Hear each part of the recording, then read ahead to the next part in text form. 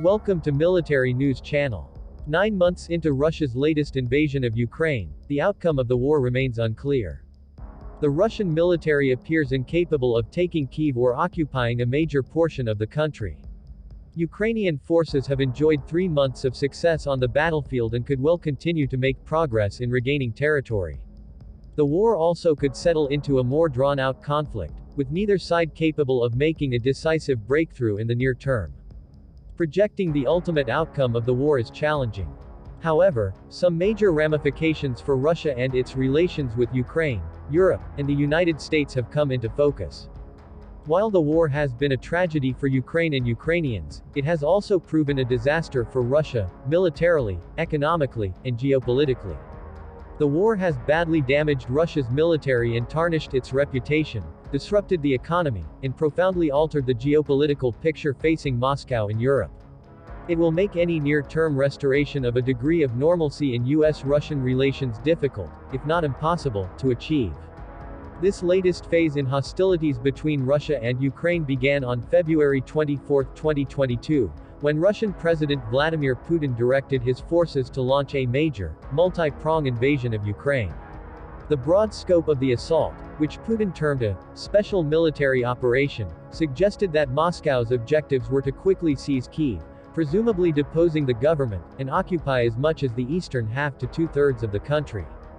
The Russian army gained ground in southern Ukraine, but it failed to take Kyiv. By late March, Russian forces were in retreat in the north.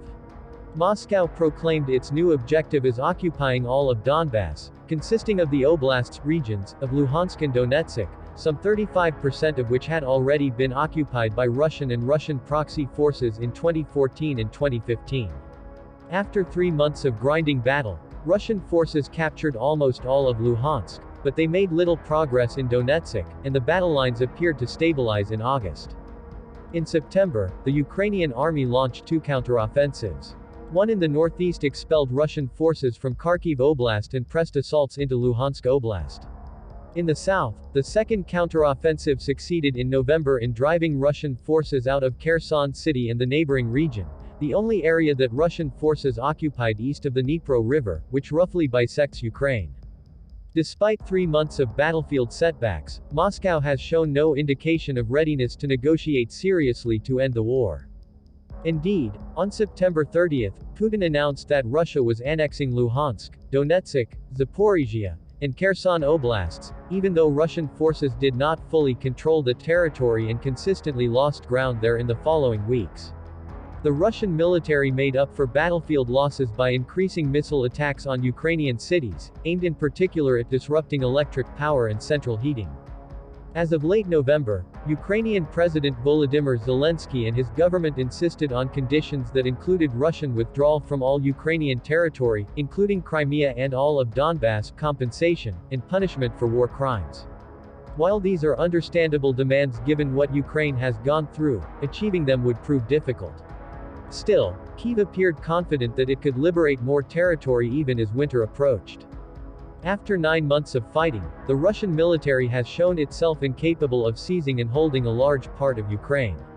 While the war's outcome is uncertain, however the conflict ends, a sovereign and independent Ukrainian state will remain on the map of Europe. Moreover, it will be larger than the rump state that the Kremlin envisaged when it launched the February invasion.